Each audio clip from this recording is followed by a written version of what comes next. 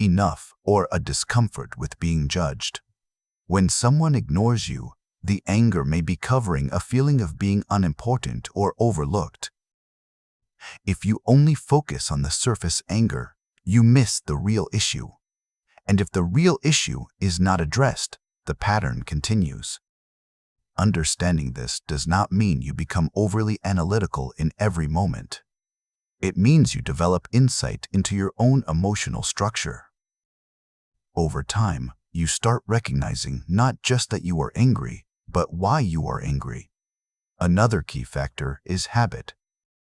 Anger can become a learned response. If you have reacted with anger repeatedly in similar situations, your brain starts to treat it as the default option.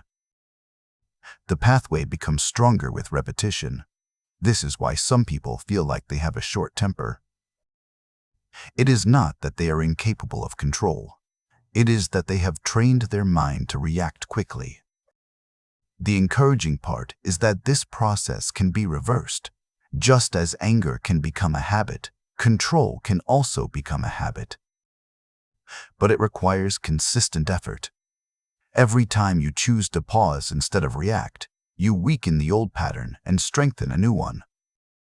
Every time you handle a situation calmly, you reinforce the identity of someone who is in control. Over time, this becomes automatic. It is also important to address the belief that anger is necessary for respect. Many people think that if they do not express anger strongly, others will not take them seriously. They associate calmness with weakness. This belief leads to exaggerated reactions. In reality, controlled communication is far more effective. People respect clarity, confidence, and consistency more than emotional intensity. When you express yourself calmly but firmly, your message is stronger because it is not clouded by aggression. Uncontrolled anger often leads to the opposite of respect. It creates fear, distance, and mistrust. People may comply temporarily, but the relationship weakens. True authority comes from self-control. When you can stay composed under pressure, you demonstrate strength that others recognize immediately. Another dimension of anger is its impact on your own well-being. Frequent anger does not only affect others. It affects your mental and physical health. Constant activation of stress responses puts strain on your body. It reduces clarity, increases fatigue, and creates long-term tension. When you learn to control anger, you are not only improving your relationships. You are improving your overall quality of life. You think more clearly. You make better decisions. You maintain your energy. It is also worth understanding that controlling anger does not mean suppressing it. Suppression is when you push the emotion down without addressing it. This often leads to buildup and eventual explosion. Control is different. It means you acknowledge the emotion, understand it, and choose how to express it in a constructive way. Expression is important. There will be situations where you need to communicate dissatisfaction, set boundaries, or address problems. The goal is not to eliminate expression. The goal is to make it controlled and effective. This requires practice. You will not become perfectly controlled overnight. There will be moments where you slip. The key is not to judge yourself harshly when that happens. Instead, treat it as feedback. Analyze what happened, identify where you lost control, and adjust. Progress in anger control is gradual. Small improvements accumulate over time. The more aware you become, the more control you gain. At this stage, the most important shift is your mindset. Stop seeing anger as something that controls you. Start seeing it as something you can understand and manage. This shift changes your approach completely. You are not powerless. You are untrained. And training changes everything. As you continue, you will learn specific techniques and strategies to manage anger at different stages. But none of them will work effectively without this foundation. Awareness, understanding, and willingness to change are the starting points. Anger will still appear. That is part of being human. But it will no longer dominate your actions. It will become something you observe, something you process, and something you use as information rather than a command. Control is not about eliminating emotion. It is about mastering it. And that mastery begins with understanding. Chapter 2. If awareness is the foundation of controlling anger, then understanding your personal triggers is the structure built on top of that foundation. Without identifying what consistently provokes your anger, you remain reactive. You keep encountering the same patterns, the same emotional spikes, the same regrets, and you begin to believe that anger is unpredictable. It is not unpredictable. It is patterned, precise, and often repetitive. The issue is that most people never take the time to study themselves with enough honesty to see those patterns clearly. Every person has a unique set of triggers shaped by their experiences, beliefs, expectations, and emotional history. These triggers are not random. They are connected to what you value, what you fear, and what you expect from the world around you. When one of these areas is challenged, anger emerges as a protective response. The problem is that this response is often disproportionate to the actual situation because it is not only about the present moment. It is also influenced by past experiences that have not been fully processed. Consider how quickly anger can rise in situations that seem minor on the surface. Someone interrupts you while you are speaking. Someone dismisses your opinion. Someone fails to meet a commitment. These are common events, yet the intensity of your reaction may be far greater than the situation itself justifies. That intensity is a clue. It tells you that the trigger is connected to something deeper.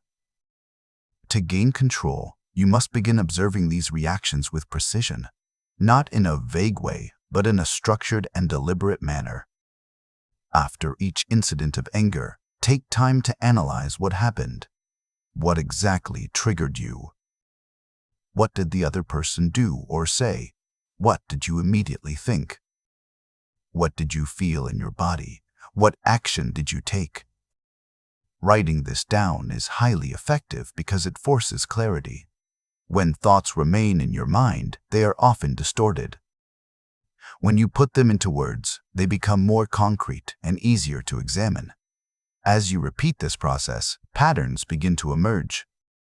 You may notice that you often get angry when you feel disrespected, or when you feel ignored, or when things do not go according to your plan, or when you are under time pressure. Each of these patterns points to a specific sensitivity in your psychological structure. Respect is a common trigger. If you place a high value on being respected, any perceived slight can activate anger quickly. The key word here is perceived. Not all actions are intended as disrespect, but your interpretation may label them that way. This is where awareness becomes critical. You must learn to distinguish between actual disrespect and perceived disrespect. If you treat every situation as a personal attack, your anger will be constant. Control in this context means creating a moment of evaluation before reacting. Ask yourself, what evidence do I have that this was intentional? Is it possible that there is another explanation? This question alone can reduce unnecessary escalation. Another common trigger is lack of control over situations. Many people become frustrated when things do not go as planned. Delays, interruptions, changes, and unpredictability can create a sense of loss of control. Anger emerges as an attempt to regain that control. But the reality is that many aspects of life are inherently unpredictable. If your emotional stability depends on everything going according to plan, you will experience frequent anger. The solution is not to stop planning. It is to increase flexibility. When you accept that unexpected changes are part of life, you reduce the emotional impact when they occur. This does not mean you become passive. It means you adapt without losing control. There is also the trigger of unmet expectations in relationships. You expect others to behave in certain ways based on your standards, values, or past experiences. When they fail to meet those expectations, frustration builds. Over time, this frustration can turn into anger, especially if it happens repeatedly. The challenge here is that expectations are often unspoken. You assume that others should know how to behave, how to respond, how to treat you. When they do not, you feel wronged. But from their perspective, they may not even be aware of your expectations. Clear communication reduces this gap. Instead of allowing silent expectations to build into anger, express your needs calmly and directly. This prevents accumulation of frustration and creates a more stable interaction. Another layer to consider is emotional carryover. Anger is not always caused by the immediate situation.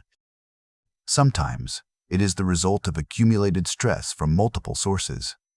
You may have had a difficult day, unresolved issues, or ongoing pressure. When a small trigger appears, it becomes the outlet for all that accumulated tension. In such cases, the intensity of your reaction is not proportional to the trigger. It is amplified by everything you were already carrying. This is why someone might react strongly to something minor. The trigger is simply the final push. Recognizing this pattern is important because it shifts your focus from the external situation to your internal state. If you are already stressed, your priority should be managing that baseline rather than blaming the trigger entirely.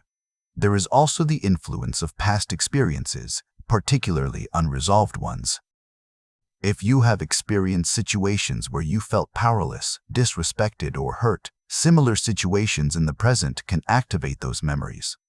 Even if the current situation is not as severe, your mind reacts as if it is connected to the past. This is why some triggers feel disproportionately intense. They are not only about the present moment. They are linked to previous emotional experiences that have not been fully processed. Addressing this requires honesty. You must be willing to acknowledge that some of your reactions are influenced by past experiences. This is not a weakness. It is an insight that allows you to separate past from present. When a trigger occurs, ask yourself, is this reaction only about what is happening now, or does it feel familiar in a deeper way? If it feels familiar, it may be connected to something earlier in your life. Recognizing this reduces the automatic intensity of your response. Another important aspect is the role of ego. Anger is often tied to how you perceive yourself. If your identity is strongly linked to being right, being respected, or being in control, any challenge to that identity can trigger anger.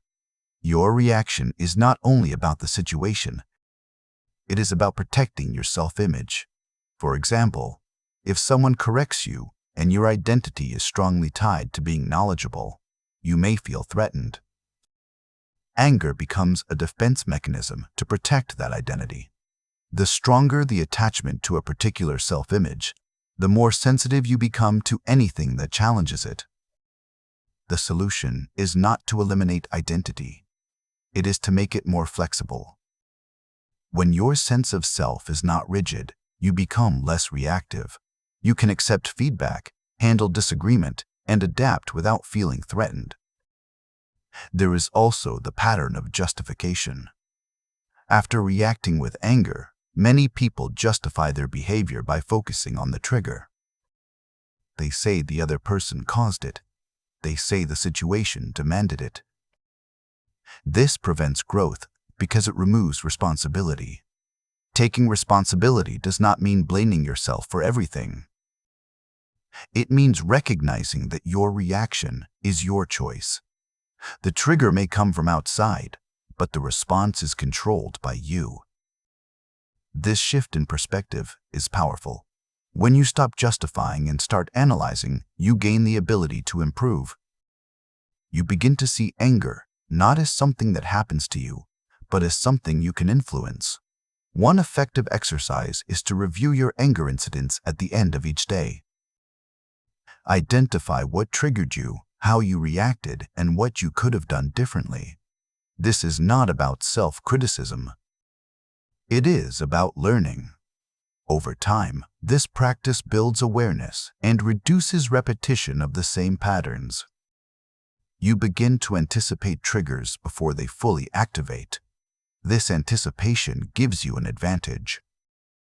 You are no longer caught off guard. Preparation is a key component of control. If you know certain situations trigger you, you can plan your response in advance. For example, if you know that a particular type of conversation tends to frustrate you, decide beforehand how you will handle it. This reduces the likelihood of reacting impulsively. Your environment also influences your triggers. Certain people, places, or routines may consistently create tension. While you cannot eliminate all external triggers, you can adjust your exposure and your approach. If a particular interaction repeatedly leads to anger, analyze why. Is it the behavior of the other person, your expectations, or your interpretation? Once you understand the cause, you can decide whether to change your response, set boundaries, or reduce exposure. It is also important to recognize that not all anger is negative. There are situations where anger signals a genuine problem that needs to be addressed. Injustice, repeated disrespect, or harmful behavior should not be ignored. The goal is not to eliminate anger in these cases, but to channel it effectively. Effective use of anger means using it as information rather than letting it control your behavior. It tells you that something needs attention, but how you address it determines the outcome. When you combine awareness of triggers with control over your response, anger becomes manageable. It no longer feels unpredictable.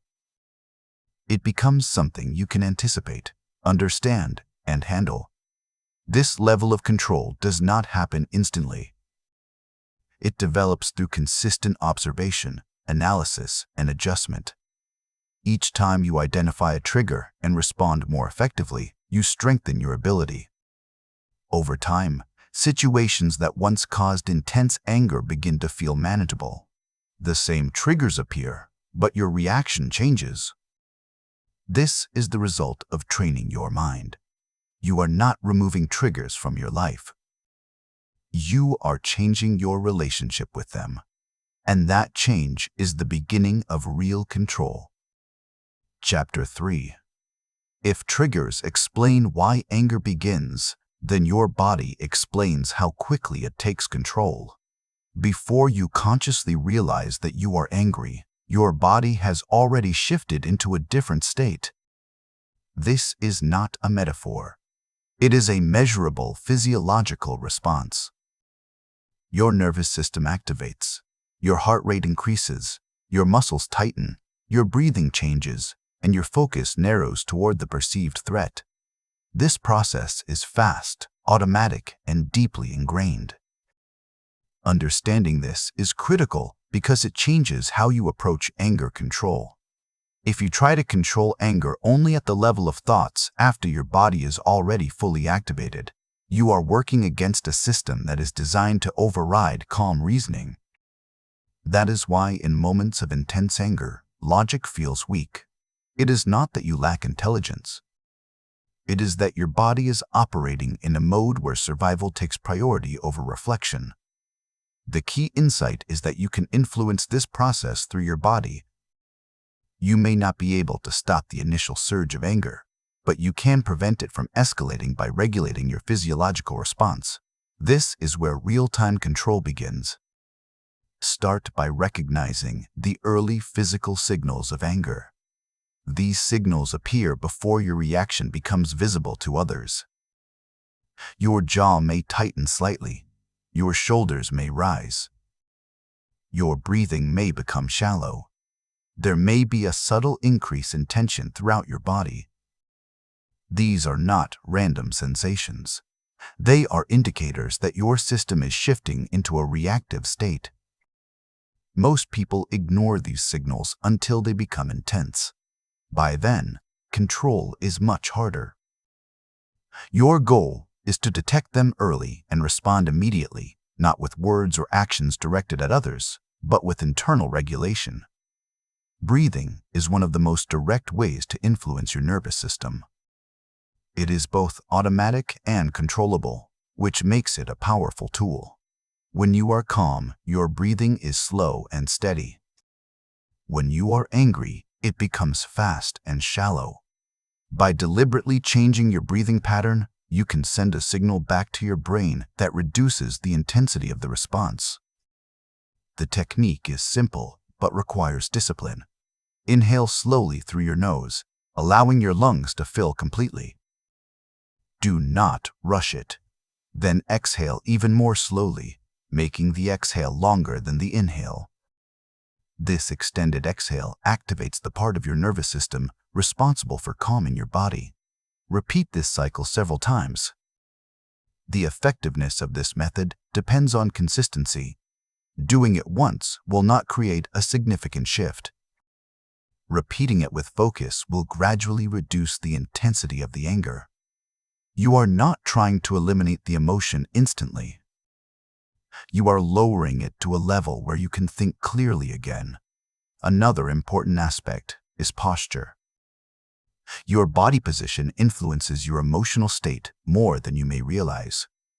When you are angry, your posture often becomes rigid. Your muscles contract. Your stance becomes defensive or aggressive. If you consciously relax your posture, you interrupt this pattern. Loosen your shoulders.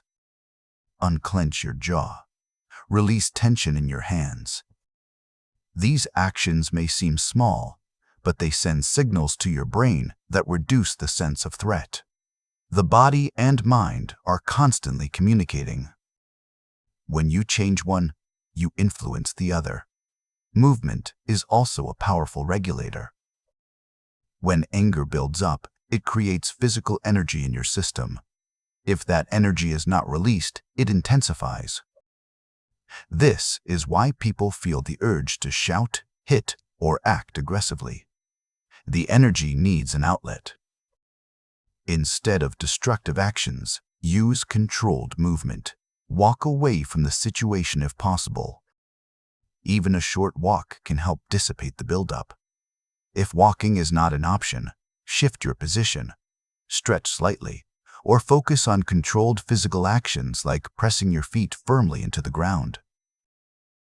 The goal is to release tension without causing harm. Grounding techniques can also help stabilize your state. When anger rises, your focus often narrows to the trigger. Your thoughts loop around the situation, intensifying the emotion. Grounding brings your attention back to the present moment and reduces the intensity of those loops. Focus on your surroundings. Notice specific details. The texture of an object, the temperature of the air, the sound of your environment. This may seem unrelated to anger, but it interrupts the mental cycle that fuels it. By expanding your awareness, you reduce the dominance of the trigger. Timing is critical in all of this. The earlier you apply these techniques, the more effective they are. If you wait until anger has fully escalated, you will need more effort to bring it down. This is why awareness of early signals is essential. Another important factor is the duration of your response. Many people assume that anger must be resolved immediately. They feel pressure to respond, to address the situation, to express their feelings right away. This urgency often leads to poor decisions. In reality, you do not need to resolve everything in the moment. In fact, delaying your response can significantly improve the outcome. When you feel your body activating, give yourself permission to pause. This pause is not avoidance. It is strategic control. You can say very simple things like, "I need a moment," or "We can discuss this later." This creates space for your body to return to a calmer state. Once you are regulated, your ability to communicate effectively increases. There is also the issue of accumulated tension. If your body is consistently in a state of stress, your baseline becomes elevated. This means you are closer to the threshold of anger at all times. Small triggers push you over more easily. To address this, you need regular practices that release tension from your body. This can include physical exercise, stretching, or relaxation techniques. The goal is to keep your baseline low so that you have more capacity to handle stress. Consistency is more important than intensity. You do not need extreme routines. Regular, moderate activity is enough to create a noticeable difference. When your body is relaxed, your mind follows. Another aspect that is often overlooked is the role of fatigue. When your body is tired, your ability to regulate emotions decreases. Your reactions become quicker and less controlled. This is not a character flaw. It is a physiological limitation. Pay attention to your energy levels. If you are consistently tired, your anger will be harder to manage. Improving sleep and rest is not separate from anger control. It is a core part of it. Hydration and nutrition also play a role. When your body is dehydrated or lacking proper nutrients, it affects your mood and energy. This can increase irritability and reduce your tolerance for stress. While these factors may seem basic, they have a real impact on your emotional regulation. Another critical point is that your body remembers patterns. If you frequently react with anger, your body becomes conditioned to respond that way more quickly. The pathway becomes stronger with repetition, but the opposite is also true. When you consistently practice calming techniques, your body learns to shift more easily into a regulated state. This is why practice outside of intense situations is valuable. Do not wait until you are extremely angry to try these techniques.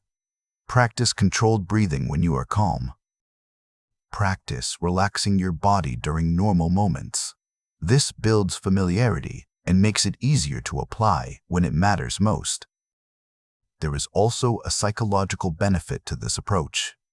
When you successfully regulate your body during a moment of rising anger, you experience a sense of control. This reinforces your confidence in your ability to handle future situations. Confidence reduces anxiety, and reduced anxiety lowers the likelihood of reactive anger. You begin to trust yourself, not in the sense that you will never feel anger, but in the sense that you can manage it effectively. Another important distinction is between suppression and regulation. Suppression is when you force your body to appear calm while tension remains inside.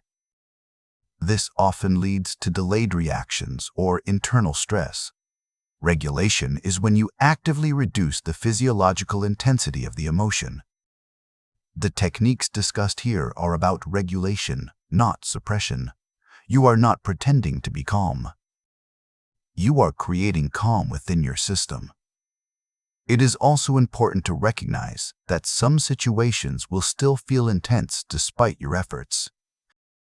Control does not mean perfection. It means improvement. Even reducing the intensity of your anger from extreme to moderate is progress. It creates better outcomes. Over time, these small improvements accumulate.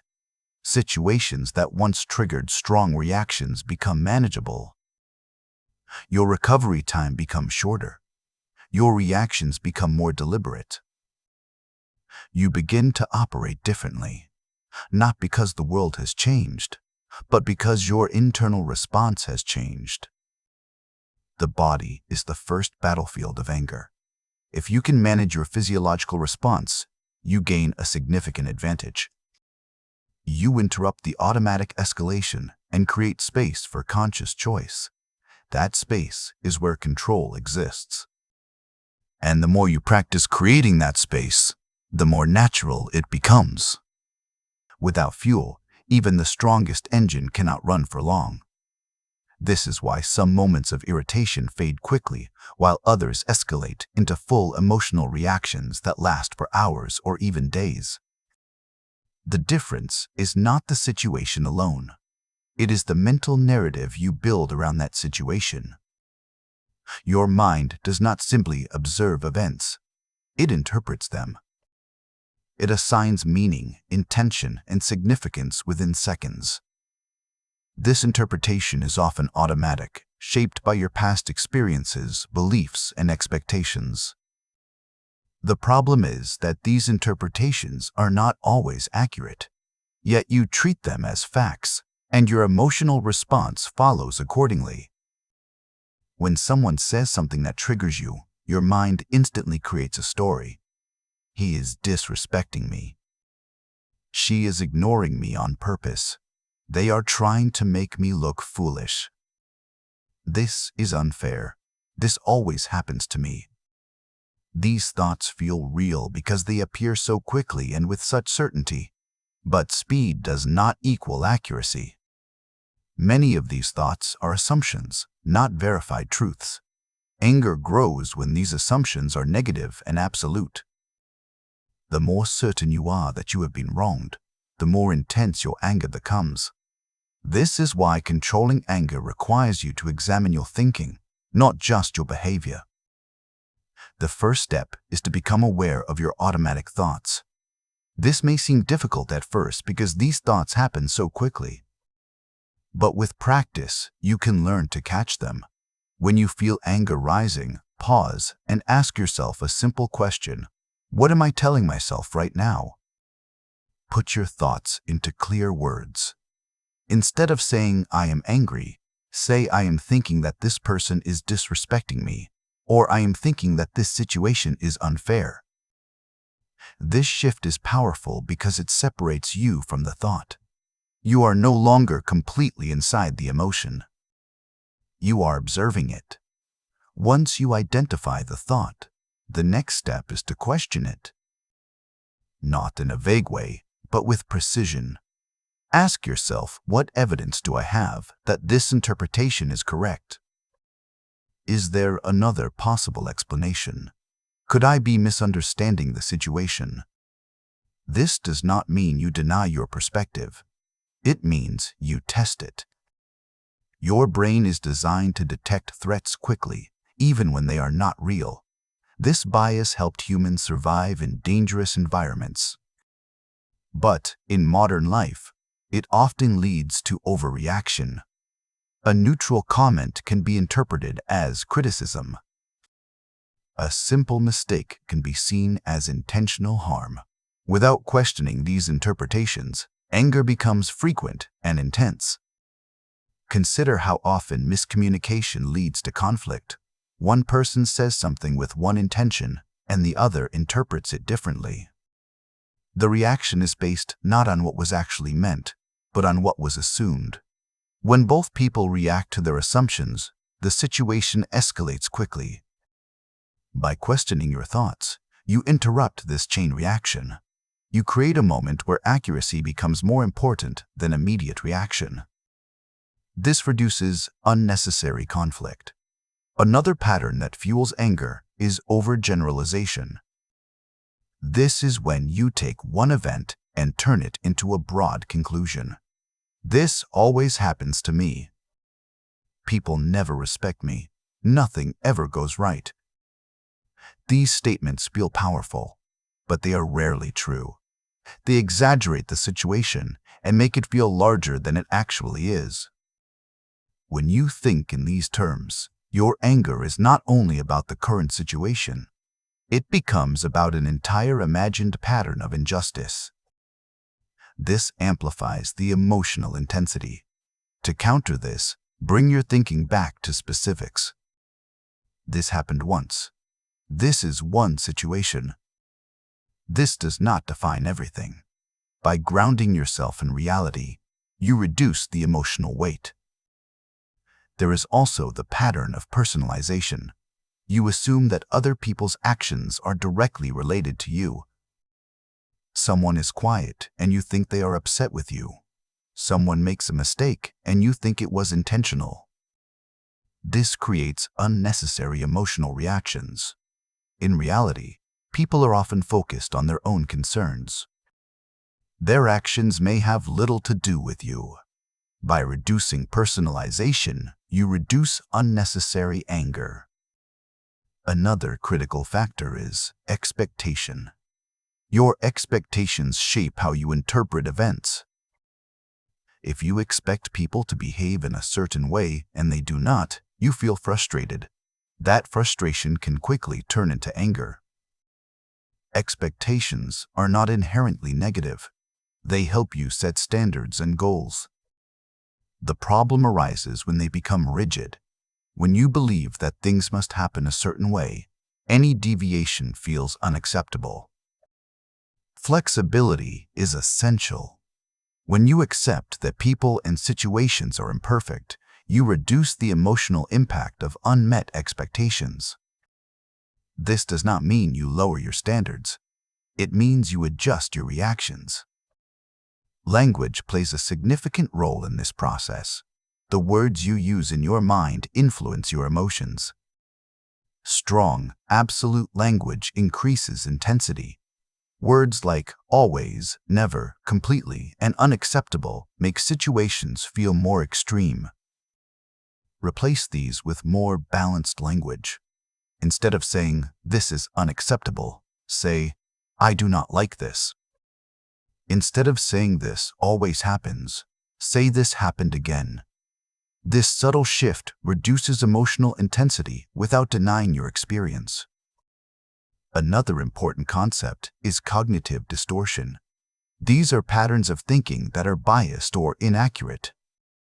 Common distortions include jumping to conclusions, assuming negative intentions, and focusing only on negative aspects while ignoring positive ones. When these distortions go unchecked, they create a distorted version of reality that fuels anger. Recognizing them is the first step to correcting them. For example, if you immediately assume that someone acted with negative intent, pause and consider alternative explanations. If you focus only on what went wrong, remind yourself of what went right. This balanced perspective reduces emotional extremes. Your internal dialogue also matters. The way you talk to yourself throughout the day shapes your emotional state. If your inner voice is harsh and critical, you create constant tension. This tension makes you more reactive. Develop a more balanced inner dialogue. This does not mean ignoring problems. It means addressing them without unnecessary intensity. Instead of criticizing yourself or others harshly, focus on solutions. Another powerful technique is reframing. This involves changing the way you view a situation. Instead of seeing a situation as a threat, you can view it as a challenge or an opportunity to practice control. This shift in perspective reduces emotional intensity and increases your ability to respond effectively. For example, instead of thinking "this situation is ruining my day," think "this is an opportunity to practice staying calm." This does not change the situation, but it changes your response to it. Reframing requires practice. It may feel unnatural at first because your mind is used to reacting in a certain way. But with repetition, it becomes more natural. There is also the issue of mental rehearsal. If you frequently imagine negative scenarios or replay past conflicts in your mind, you strengthen the emotional patterns associated with anger. Your brain does not fully distinguish between real and imagined experiences. Repeatedly thinking about anger-inducing situations keeps your system activated. To break this pattern, limit unnecessary mental replay. When you notice yourself revisiting past conflicts, redirect your attention. Focus on the present or engage in a constructive activity. This reduces the reinforcement of negative patterns. Another aspect is responsibility. Many people believe that external events cause their anger. While external events can trigger emotions, your interpretation determines the intensity and duration. Taking responsibility for your thoughts gives you control. This does not mean you accept unacceptable behavior. It means you recognize that your reaction is within your control. This distinction is important. When you take responsibility for your thinking, you shift from being reactive to being proactive. You no longer wait for situations to change. You change how you respond to them. Consistency is essential in this process. Changing thought patterns requires repetition. You will not notice immediate transformation, but gradual improvement. Each time you question a thought, reframe a situation, or choose balanced language, you strengthen new mental habits. Over time, these habits become automatic. Your default response shifts from reactive to controlled. Situations that once triggered intense anger become manageable. It is also important to be patient with yourself. Changing deeply ingrained thought patterns takes time. There will be moments where you fall back into old habits. This is part of the process. The key is to recognize it and continue practicing. Anger is not sustained by events alone. It is sustained by the way you think about those events. When you change your thinking, you change your emotional experience. This is not about denying reality. It is about seeing it more clearly and responding more effectively. Your thoughts are powerful. When you learn to guide them instead of being controlled by them, anger loses its grip. And in that space, control becomes natural. Chapter 5. By now you understand that anger is not just a momentary reaction. It is part of a larger system that includes your body, your thoughts, and your patterns. But there is another layer that determines how easily anger is triggered and how intense it becomes, and that layer is your baseline state. This is the condition you live in every day, even when nothing dramatic is happening. If your baseline is calm and balanced, it takes more to push you into anger, and you recover more quickly. If your baseline is tense, overloaded, and unstable, even small triggers can create strong reactions. Most people focus only on controlling anger in the moment, but they ignore the state they bring into that moment. This is a mistake. You cannot consistently control anger if your overall system is already under pressure. It is like trying to keep water from overflowing when the container is already full. The smallest addition causes a spill. Your baseline is influenced by multiple factors that you often overlook because they seem ordinary. Sleep, physical activity, mental load, environment, habits, and emotional residue all contribute to how stable or unstable you feel. When these factors are neglected, they accumulate into tension. That tension does not disappear. It waits. And when a trigger appears, it releases all at once in the form of anger. Start with sleep because it is one of the most underestimated factors. When you are sleep deprived, your brain's ability to regulate emotions decreases significantly. You become more reactive, less patient, and more prone to negative interpretations. Situations that you would normally handle calmly begin to feel overwhelming. This is not a matter of discipline. It is a biological limitation. When your brain is tired, the part responsible for impulse control weakens. At the same time, the emotional centers become more active. This combination makes anger more likely and harder to control. If you consistently lack sleep, you are placing yourself in a state where emotional regulation is compromised before any trigger even appears. Improving sleep is not a minor adjustment. It is a foundational strategy for anger control. Consistency matters more than occasional rest. Going to sleep and waking up at regular times stabilizes your system. Creating a calm environment before sleep reduces mental stimulation. Limiting unnecessary distractions allows your mind to recover. When your body is rested, your ability to remain calm increases naturally. Physical activity is another critical factor. Your body is not designed to remain inactive for long periods while processing stress. Movement is a natural way to release tension. When you exercise, your body reduces stress hormones and increases chemicals that improve mood and clarity. This creates a more stable baseline. You do not need extreme routines. The goal is regular movement. Walking, stretching, or moderate exercise done consistently can significantly reduce accumulated tension. When your body releases this tension regularly, it does not build up to the point where it explodes as anger. There is also a direct connection between your physical state and your mental clarity. When your body feels heavy, stiff, or fatigued, your thinking becomes slower and less flexible. This makes it harder to respond calmly in challenging situations. By maintaining physical activity, you improve both your body and your mind. Nutrition plays a quieter but equally important role. Irregular eating patterns, excessive sugar, and dehydration can create fluctuations in energy levels.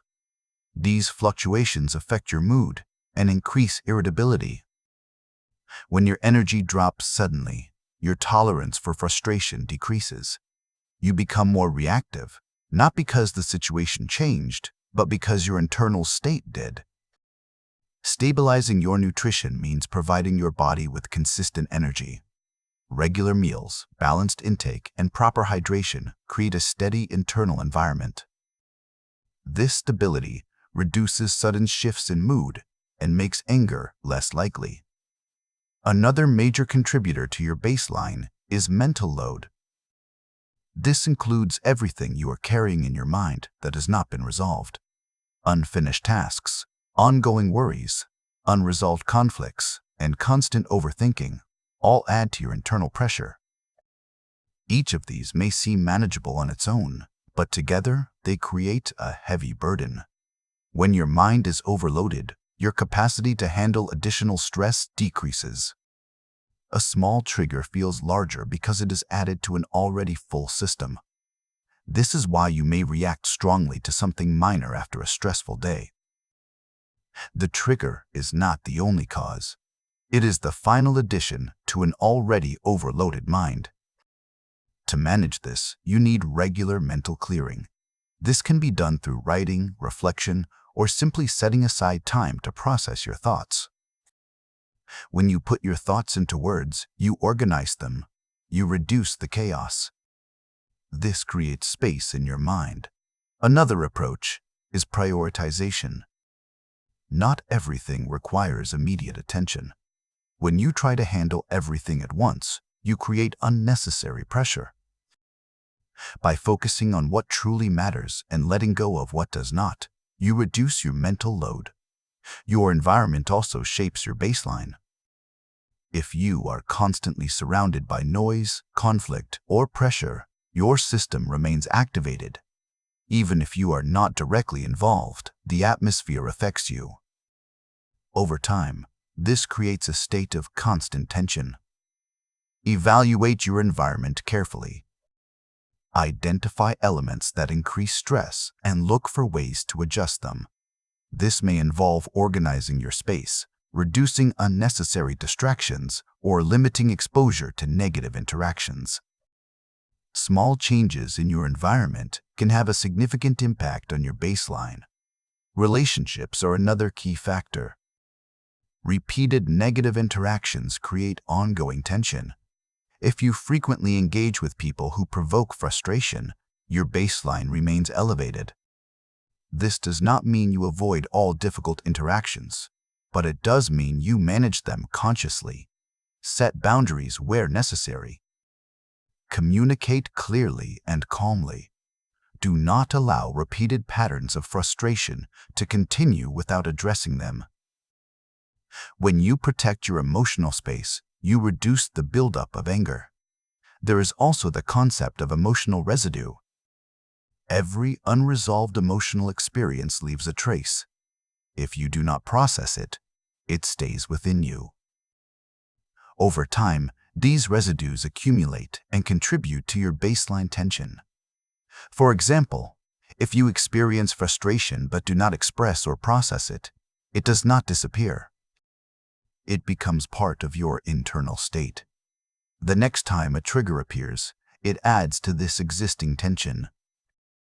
This is why some reactions feel stronger than expected. They are not only about the present moment.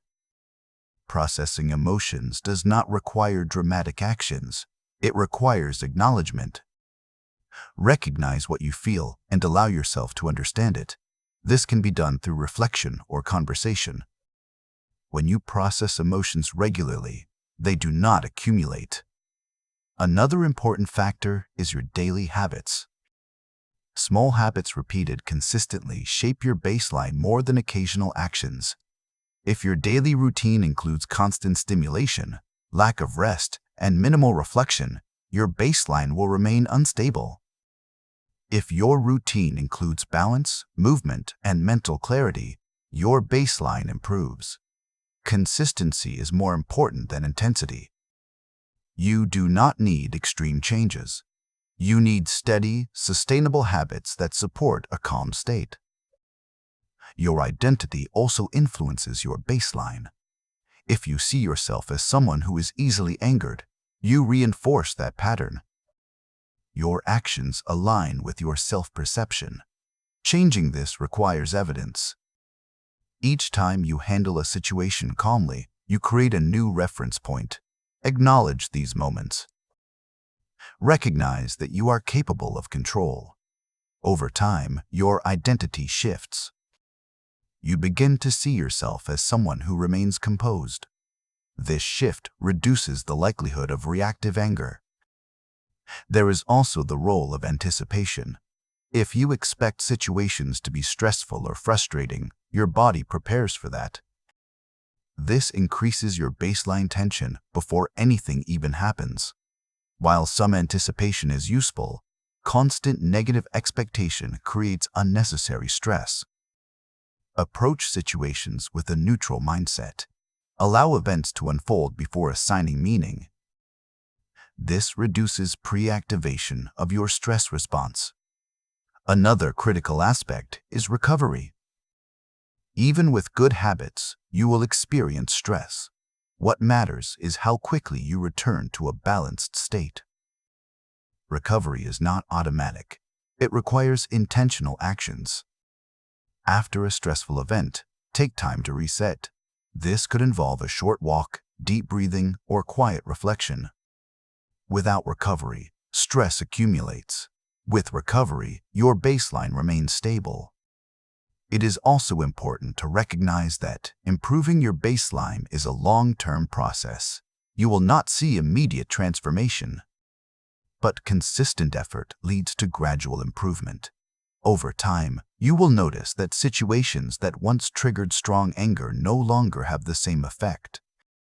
You become more patient, more stable, more in control. This does not mean you eliminate all anger. It means you reduce its frequency and intensity. You create a state where control becomes easier.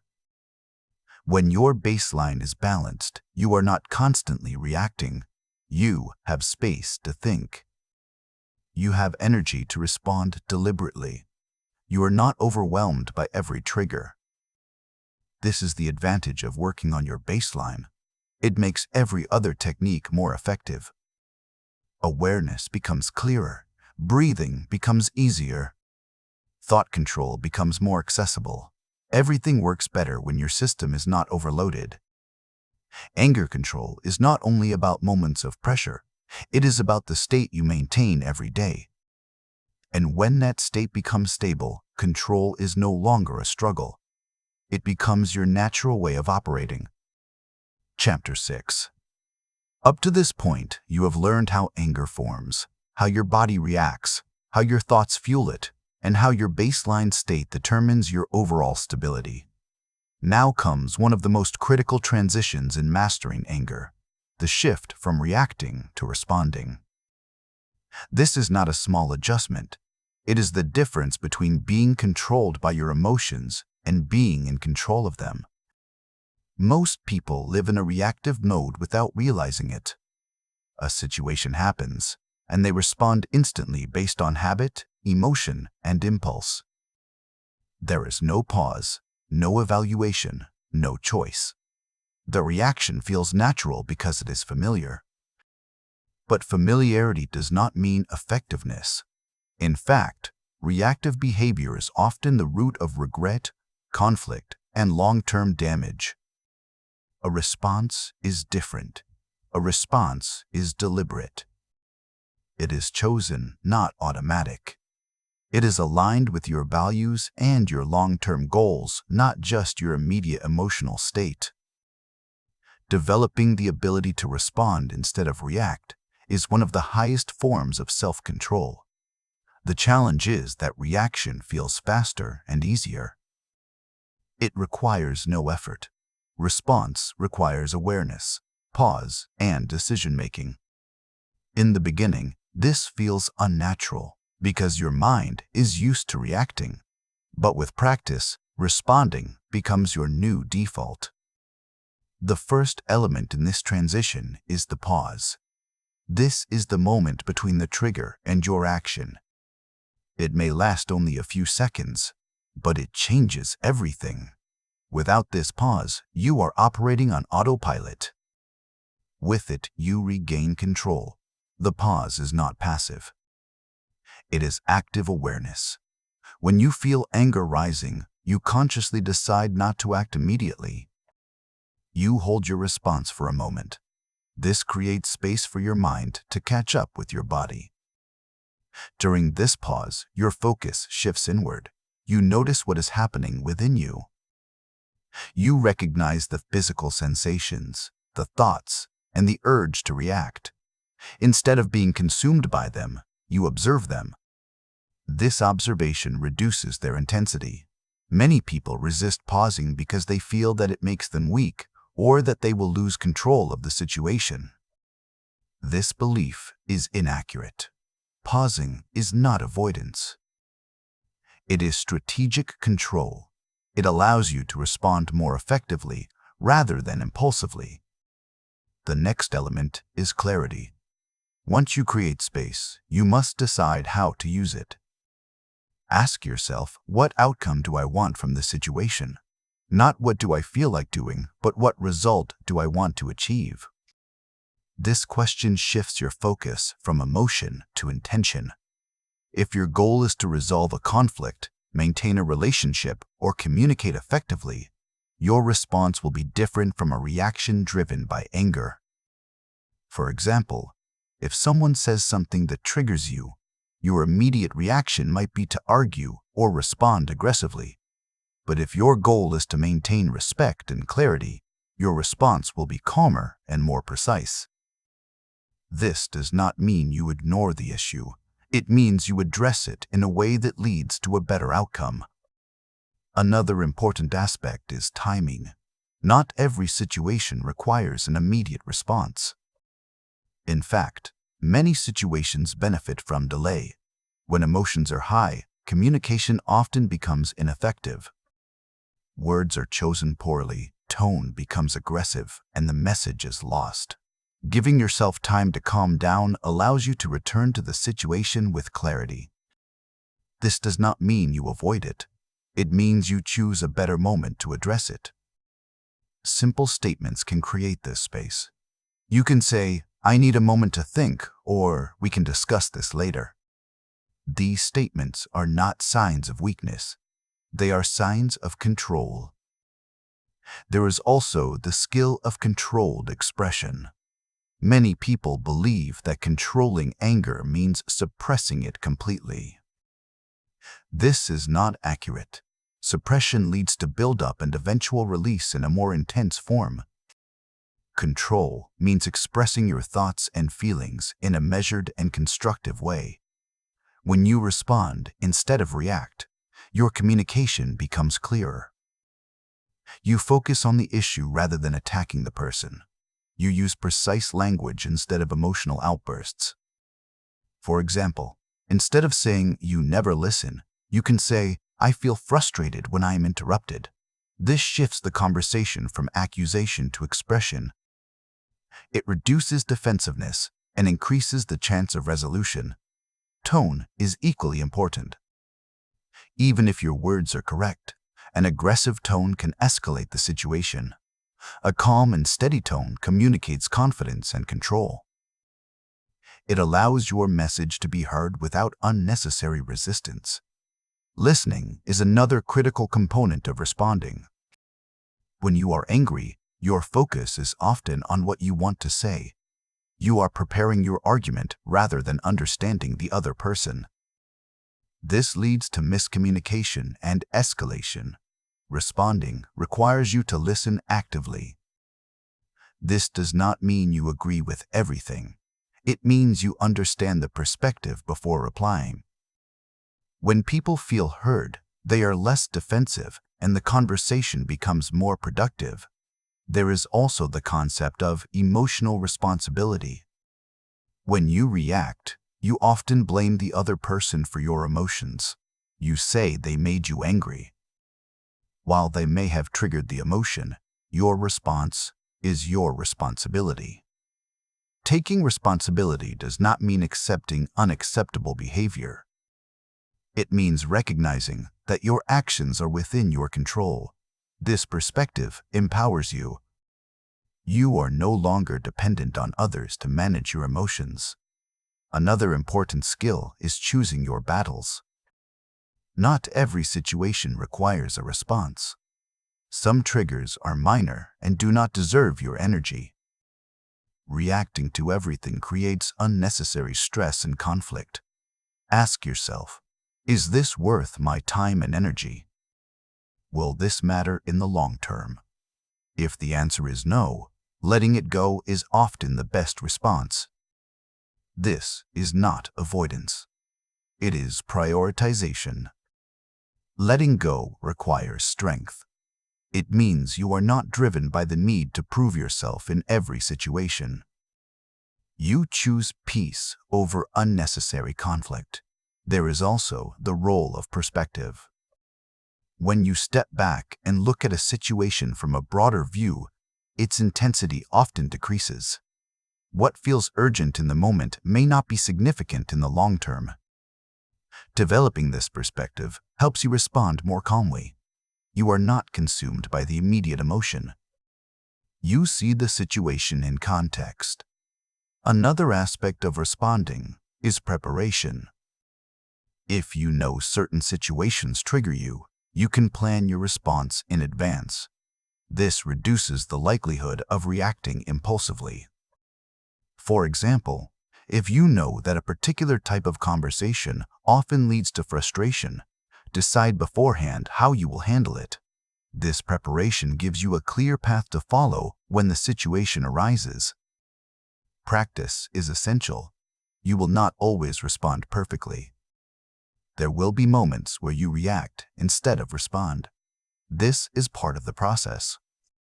The key is to learn from these moments. After each situation, reflect on what happened. Where did you lose control? What could you have done differently? This reflection strengthens your ability to respond in the future. Over time, responding becomes more natural. The pause becomes automatic. Your thoughts become clearer. Your communication becomes more effective. You begin to notice a shift. Situations that once triggered strong reactions now feel manageable. You are no longer driven by impulse. You are guided by intention. This transformation does not happen suddenly. It is the result of consistent effort and awareness. Each moment of control builds on the previous one. Responding instead of reacting is not about perfection. It is about progress. Even small improvements create significant changes over time. When you master this skill, anger no longer controls your actions. It becomes a signal that you can interpret and manage. You gain the ability to handle difficult situations with clarity and confidence. You protect your relationships. You maintain your composure. And most importantly, you maintain control over yourself. That is the essence of true strength.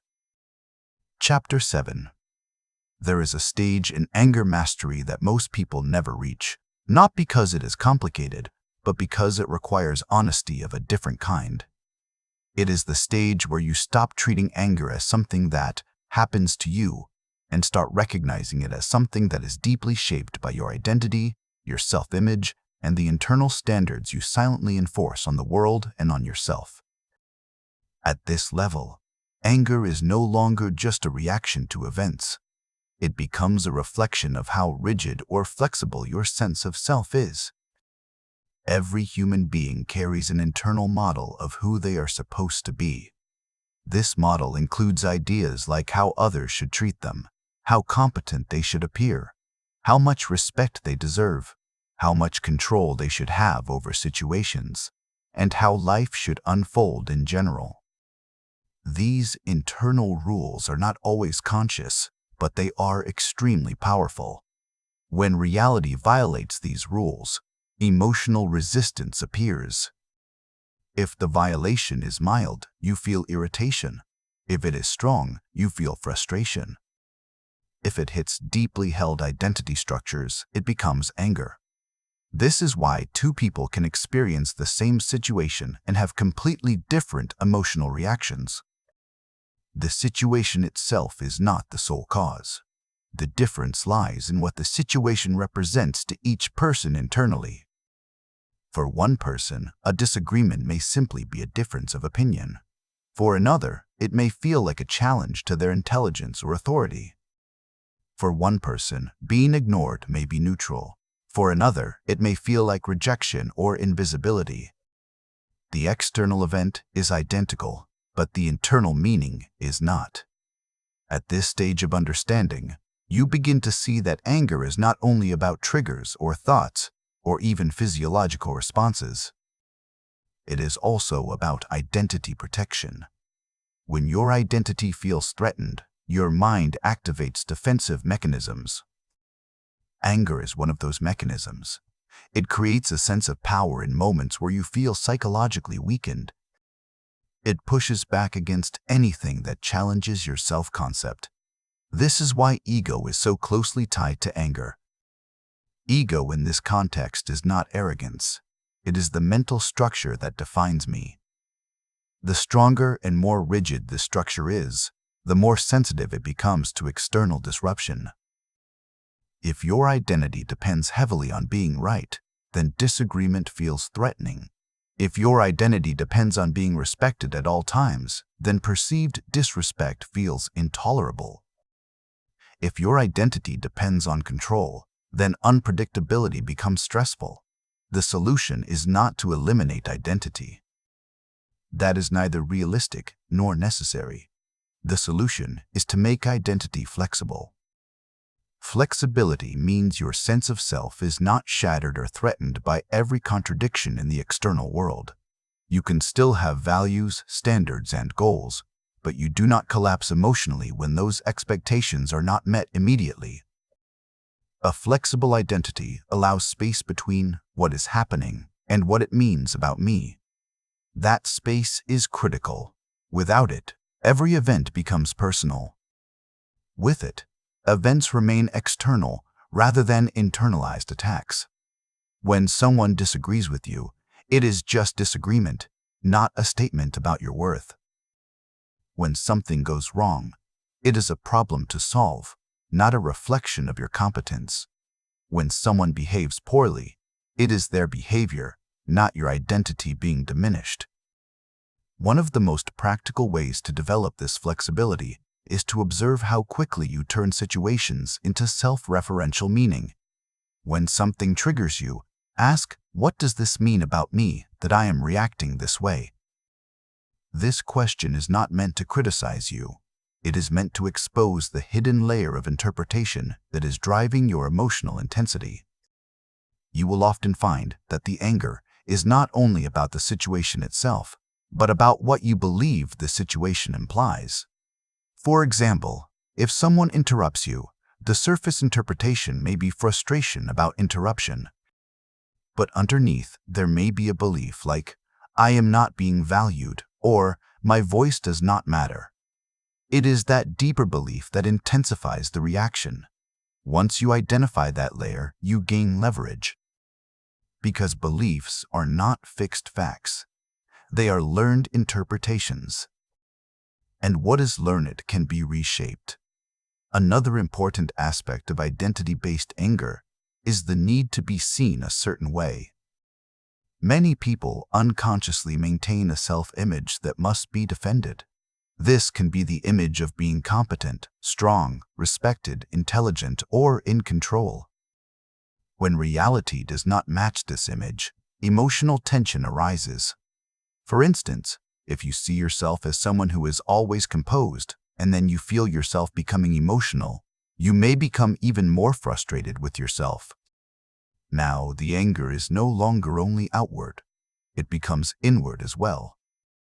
You are angry at the situation and at yourself for not meeting your own standard. This creates a loop. External trigger leads to internal reaction. Internal reaction leads to self-judgment, and self-judgment intensifies emotional pressure. The result is amplified anger that feels difficult to regulate.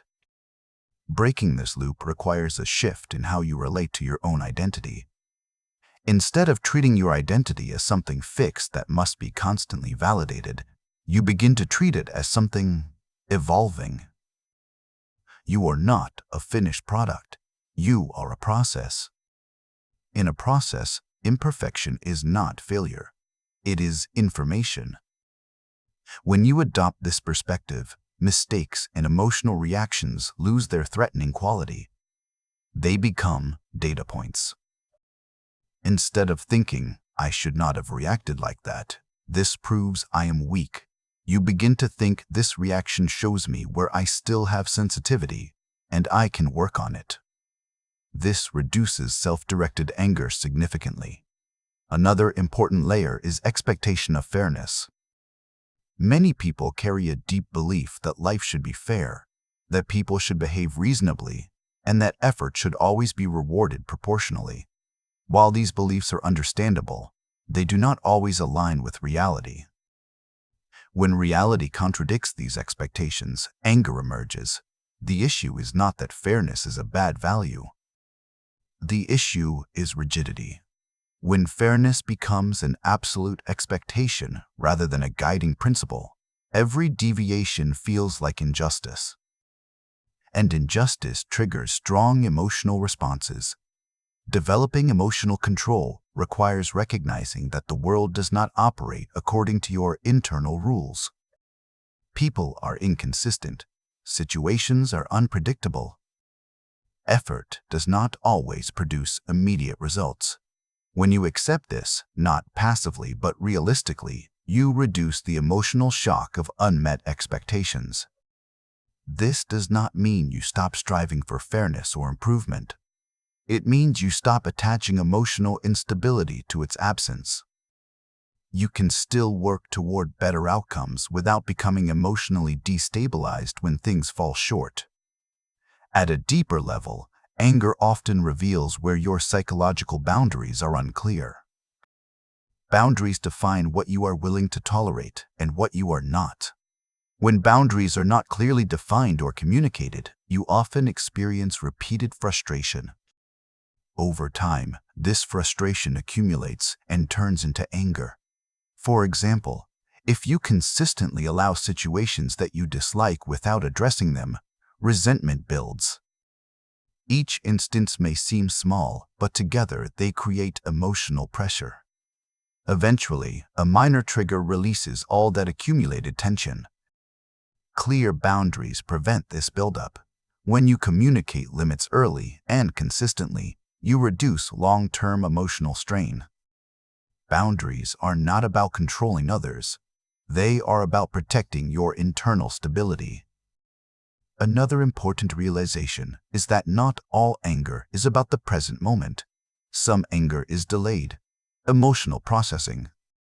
Experiences that were not fully understood or expressed at the time remain stored internally.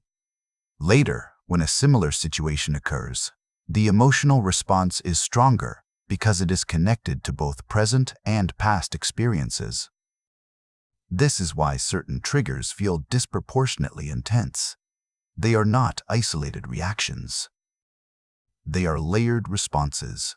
Awareness of this pattern allows you to respond differently. Instead of assuming that your reaction is purely about the current situation, you begin to ask whether something older is being activated. This awareness reduces confusion and gives you more control over your response. At this stage, anger control becomes less about suppression techniques and more about deep psychological understanding. You are no longer just managing symptoms. You are identifying sources. When identity becomes flexible, expectations become realistic, boundaries become clear, and interpretations become balanced, anger naturally loses intensity. It does not disappear completely, but it no longer dominates your behavior. You begin to notice something important. The same situations that once triggered strong reactions now pass with minimal disturbance. Not because the world has changed, but because your internal structure has changed. And that is the real foundation of control.